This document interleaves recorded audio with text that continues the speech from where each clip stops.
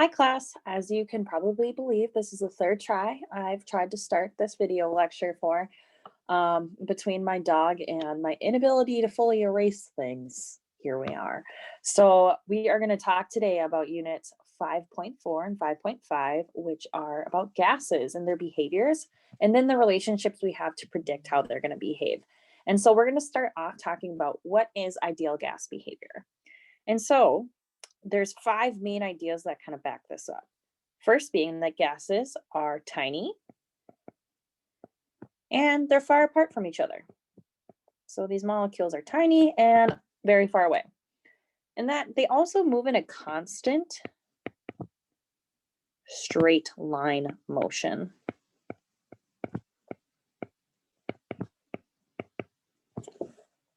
Then if they run into each other, it is said that these gas particles will be elastic, which means that there's no net loss of energy. And so I kind of summed it below here saying that each time a molecule collides, that'll just bounce off at the same speed. So there's no loss of energy there. Number 4 is that there are no IMF or intermolecular forces. There's none of those attractions between gas particles. And so thinking about that, what type of gases do you think would fit this ideal behavior the best? I'll let you guys use your brains here for a second. And so that's going to be the ones that only show London dispersion forces or the weakest type of IMF. Because when you start adding in dipole-dipoles and hydrogen bonding, then you're going to get more of the attraction, which is not ideal behavior. And then lastly, the speed of particles is directly proportional to the temperature. And so when we talk about temperature now, we're going to be talking in Kelvin. So remember, not degrees Kelvin, but just Kelvin. And so the ideal conditions that promote ideal behavior in gases are going to be when we have a high temperature and low pressure. And then I also want to point out that the smaller the gas molecule, the more ideal they behave as well. This is why hydrogen and helium gases are the best representation of ideal gas behavior. And so then we need to talk about Avogadro, the creepy cutout that I have, his hypothesis. And it's that equal numbers of particles will occupy equal volume under the same temperature and pressure conditions.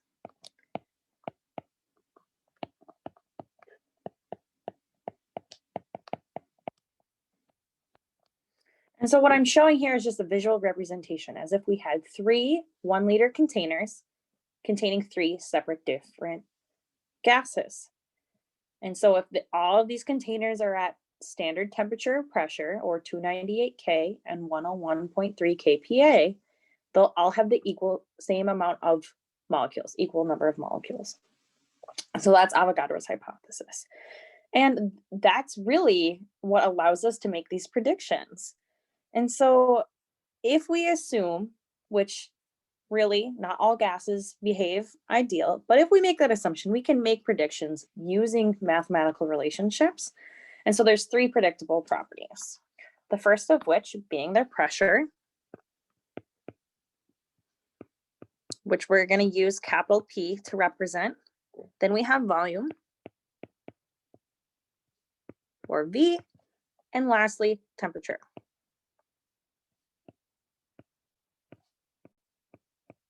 As T. And I wanted to point out this equation here because sometimes we're given stuff in degrees Celsius, but when working with the ideal gas properties, you have to make sure it's in Kelvin. And so the way you convert is whatever you have in degrees Celsius, you just add 273 and you're in units of Kelvin. So these 3 variables have relationships with each other that we can exploit when the other stays constant. And so we'll first talk about what the relationship of pressure and volume is when we have our constant temperature. And so as pressure increases, and I'm going to represent this with an up arrow, volume decreases. And so if I were to draw just a little graph here, and if we have pressure on the X, volume on the Y, it may look something as such. And so we call this an inverse relationship.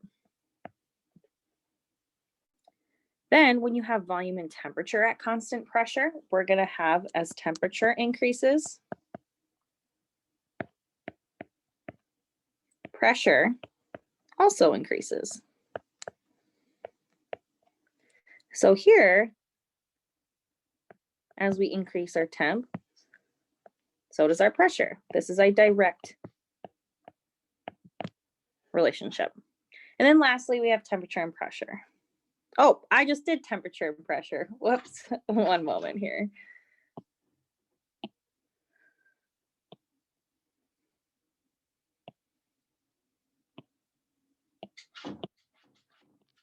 Probably hear my dog trying to get in.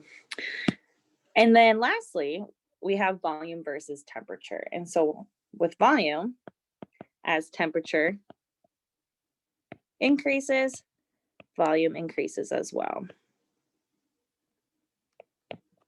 So here we have a similar looking graph, also a direct relationship. Okay, and so now we're going to switch gears talking about these laws that we can use to make predictions. And so again, these laws are based on the fact that we think that if it's at the same temperature and pressure, different gases have the same number of molecules. And so I wanted to kind of review what units you will be using through these problems. So for pressure, we're either going to be working in atmospheres or kilopascals. Volume, you'll see milliliters or liters. And then temperature, where you have to make sure that we're using Kelvin.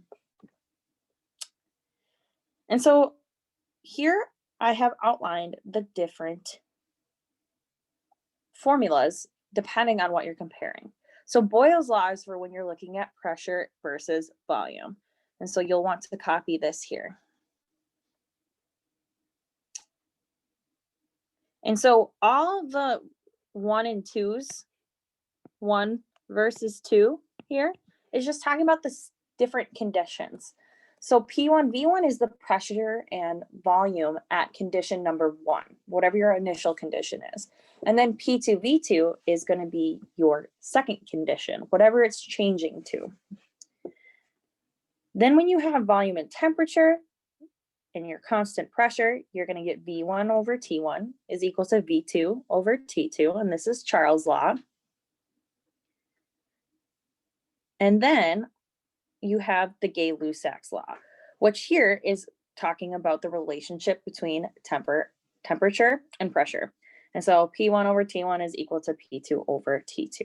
And then we actually have a law that if we are talking about all of these things changing, we call it the combined gas law. So there's no constants here. And that just looks like P1 over V1. Sorry, P1 V1 over T1 is equal to P2 V2 over T2. And so I'll give you guys a second to copy these down. And these will be given to you on a test, so don't feel like you have to memorize them.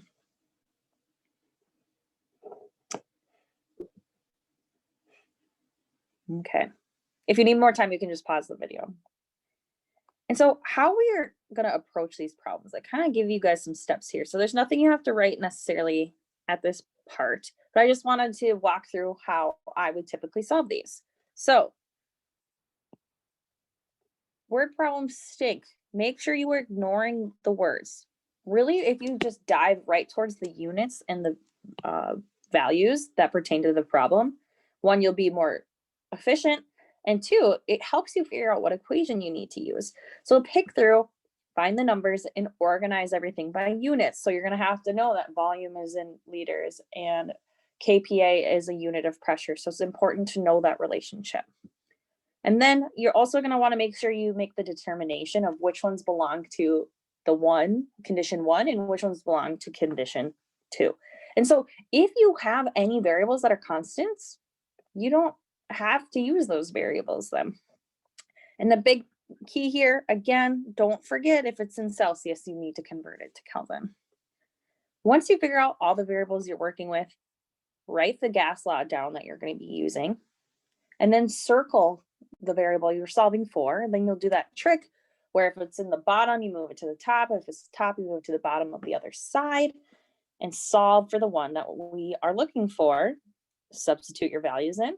And then when it comes to rounding, just use the least amount of significant figures from any of the numbers that you are putting into your problem. And so hopefully that'll make a little bit more sense once we practice a few. And so let's start with pressure versus volume. Okay. So a sample of gas occupies a volume of 2 liters at STP. If the pressure is increased to 2 atm, what's the new volume? So right away, I know I'm working with volume. And we're talking about changing the pressure, so that can't be constant either. But if I were to, and so we don't talk about a change in temperature here. And so we are working with P1V1 is equal to P2V2. And so we're given an initial volume of 2 liters, but it doesn't necessarily say outright what our pressure is. That's what this STP is about. So STP, which I talked about in the parentheses here, means standard temperature and pressure. So when you see that, that means that your temperature is going to be 273 Kelvin. And so for us, that pressure, since we're working in ATM, it's going to be 1 ATM as our initial.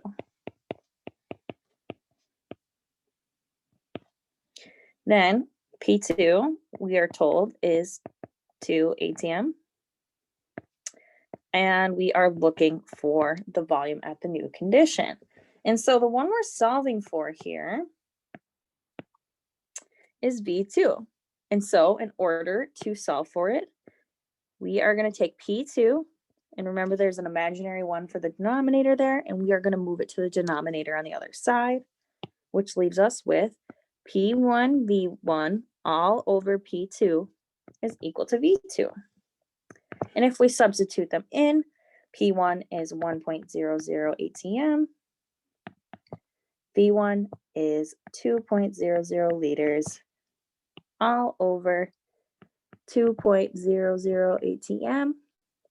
And so here I always make sure that my units cross out. ATM crosses out. We're left in units of liters, and we're looking for volume, so that's good. V2 is equal to 1 liter. Okay, now let's do the next one. And so when I give you these problems, I did want to tell you guys, I'm not going to necessarily give you this heading for 1 and 2. So I'm not going to flat out tell you what you're working with. So it will be up to you to figure out what relationship, because I'm not going to give you that header.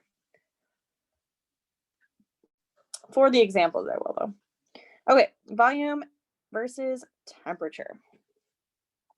So if a sample of gas occupies a volume of 5 liters at 300 K, if the temperature is doubled under constant pressure, so we're changing the temperature, what will the new volume of gas be? So there's 0 mention of pressure.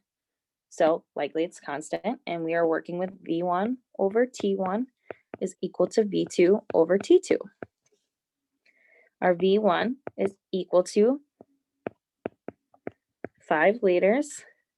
Our T1, also, I forgot to put this here, should be 300.K.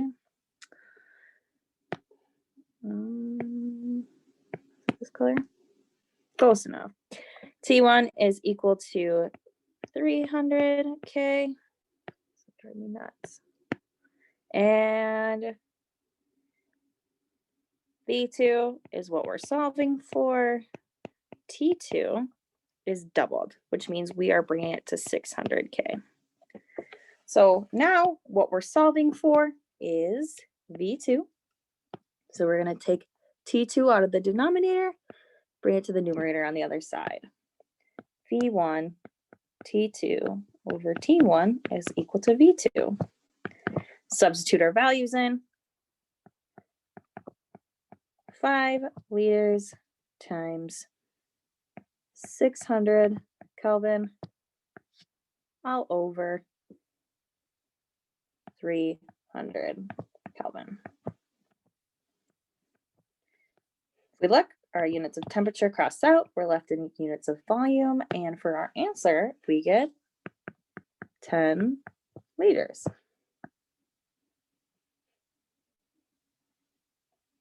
All right, moving to temperature versus pressure. So here we have a 10-liter sample of gas at 1 atm and 200 K, and it's heated to 800 K. And it tells us, assuming the volume remains constant, so that means we're not even going to have to worry about the volume. What is the new pressure? So our relationship with pressure and temperature is P1 over T1 is equal to P2 over T2. P1 is 1 atm. T1 is 200 Kelvin. P2 is what we're solving for, and T2 is equal to 800 Kelvin. So if we are solving for P2, taking the T2 out of the denominator, bringing it to the numerator on the other side, P1 T2 over T1 is equal to P2. Substitute values in. We have 1 atm multiplied by 800 Kelvin, all divided by 200 Kelvin.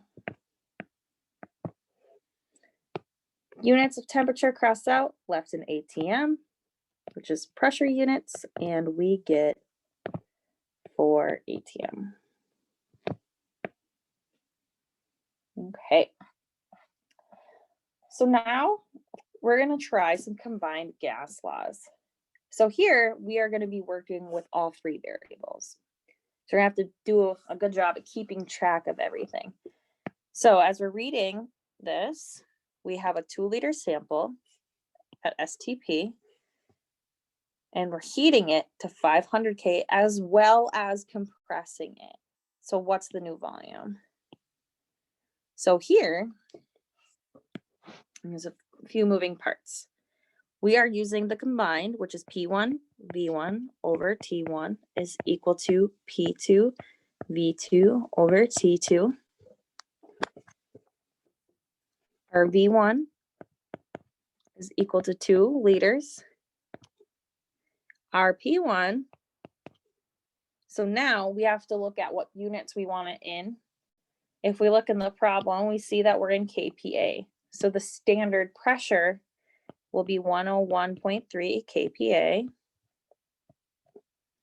T1, because we were at STP, is 298. And then P2 is 200 kPa. T2 is 500 Kelvin. And I know that those are the second condition because that's what it's changing into. And then we are searching for V2. So here we are going after V2. That means we are moving both P2 into the denominator and T2 into the numerator on the other side. So that gives us P1, V1, T2 all over T1, P2. This is equal to V2.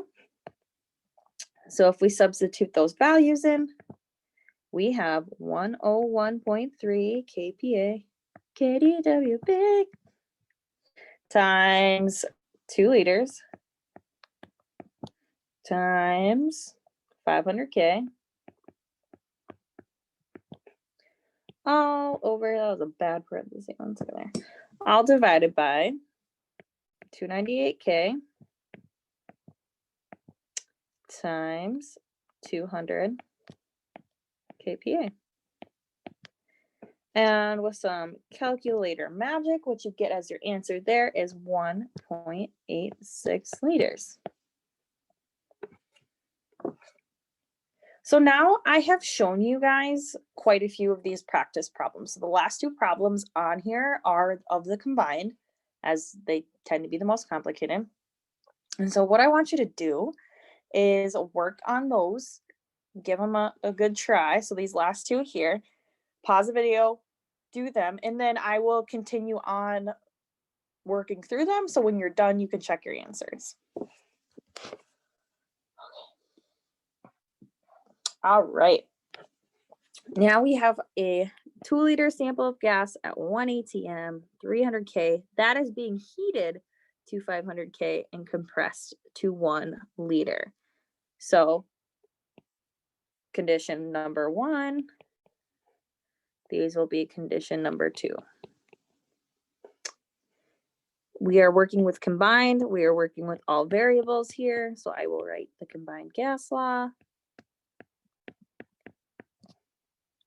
And then P1 is 1 ATM. V1 is 2 liters. T1 is 300 Kelvin. Our P2 is what we're solving for. And then we also have our V2, which is 1 liter, and our T2 of 500 Kelvin. Now, if we rearrange, we are looking for P2, which means we are moving T2 to the numerator on the other side, V2 to the denominator on the other side, which leaves us with P1 V1 T2 over T1 V2. So all equal to pressure at the second condition. And if we sub variables in, we get 1 ATM times 2 liters times 500 Kelvin, all divided by 300 Kelvin times 1 liter. And so here, if we are looking at our units, we have liters, liters cancel, Kelvin, Kelvin cancel, and we are left in units of ATM, which is good because we're solving for pressure. And so our P2 is equal to 3.33 atmospheres.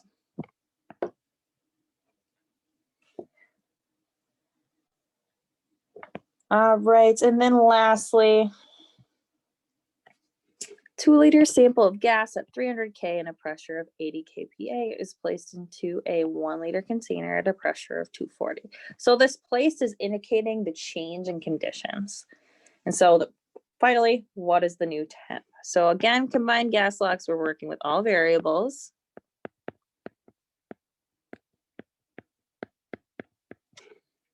And so P1 is 80 kPa. V1 is 2 liters. T1 is 300 Kelvin. P2 is 240 kPa. Volume 2 is 1 liter. And we don't know the new temperature. And so now, what we're solving for is in the bottom of this relationship. So the first thing you're going to want to do every time you have one is, so you don't end up with the inverse, bring that to the numerator of the other side. So then what we would get is P1 V1 T2 over T1 is equal to P2 V2 over their imaginary 1, right? So again, we're still solving for that T2. So we want to move T1 into the numerator and P1V1 into the denominator of the other side, which leaves us with T2 is equal to P2 V2 T1 all over P1 V1. Now, if we plug everything in, we get 240 kilopascals times 1 liter times 300 Kelvin, all divided by 80 kPa times 2 liters. Our answer here is 450 Kelvin. All right. So I hope you guys enjoy actually starting to get to do some math. I love math and chemistry, and it's fun when they're combined. So hopefully you guys enjoy it too. Other than that, as always, if you guys have questions, please reach out to me. My office hours are going to be the same for the next couple days. So I'm available 9 to 9:30 and 10:30 to 11:15 a.m. But I'm usually around anyway. So just shoot me an email and we can figure something out. And so I hope you guys are doing well.